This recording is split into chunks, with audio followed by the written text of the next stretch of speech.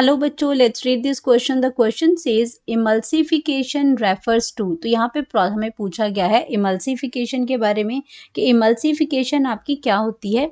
तो यहाँ पे क्या हो जाएगा, इमल्सिफिकेशन का स्टेटमेंट्स क्या दे रखे हैं। Action of bile on breaking large fat droplets, action of gastric lipase on proteins, action of salivary amylase on starch और action of pancreas on fat droplet.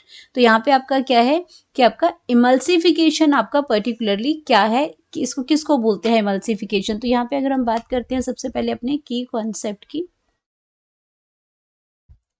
Concept में हमारे पास आ जाता है emulsification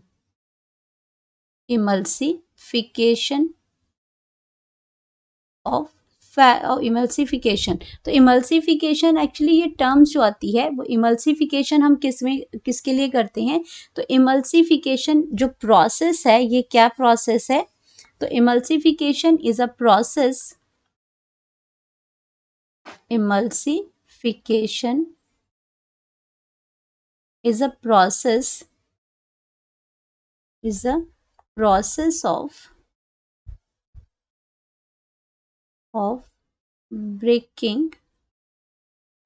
of breaking down of large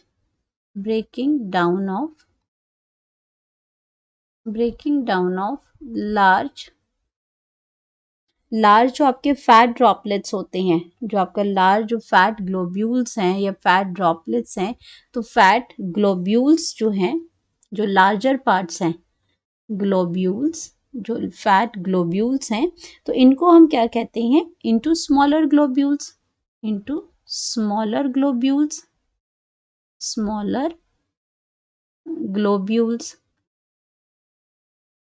तो smaller जो globules हमारे हैं, तो उनके अंदर ये ब्रेक डाउन हो जाती है। और जब ये आपका ये कैसा होता है, इस पे जब बाइल एक्ट करते हैं इमल्सिफिकेशन के लिए, आपका क्या होता है, व्हेन बाइल एक्टेड अपॉन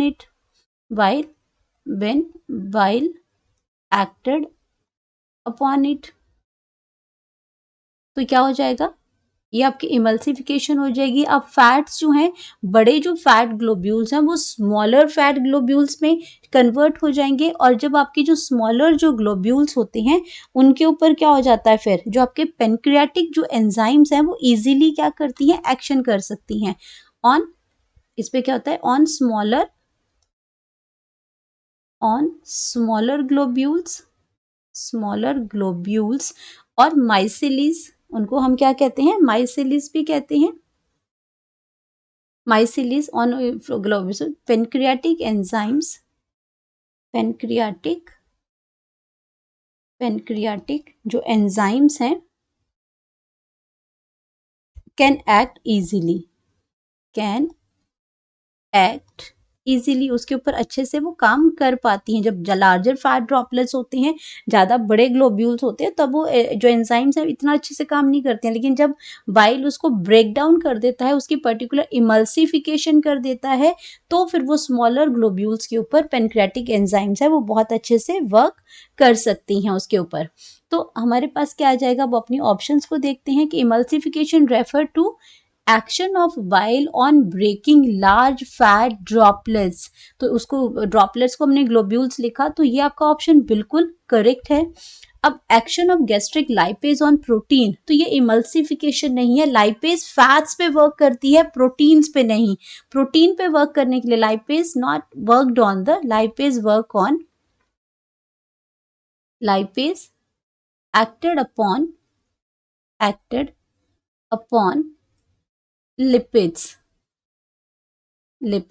और फैट्स पे, प्रोटीन्स पे नहीं करती है। ये ऑप्शन गलत है। Action of salivary amylase on starch, अब आपका जो सेलेब्री अमाइलेज है वो स्टार्च पे एक्शन करता है, लेकिन उसको इमल्सिफिकेशन नहीं कहते हैं, इसलिए ये ऑप्शन गलत है आपका।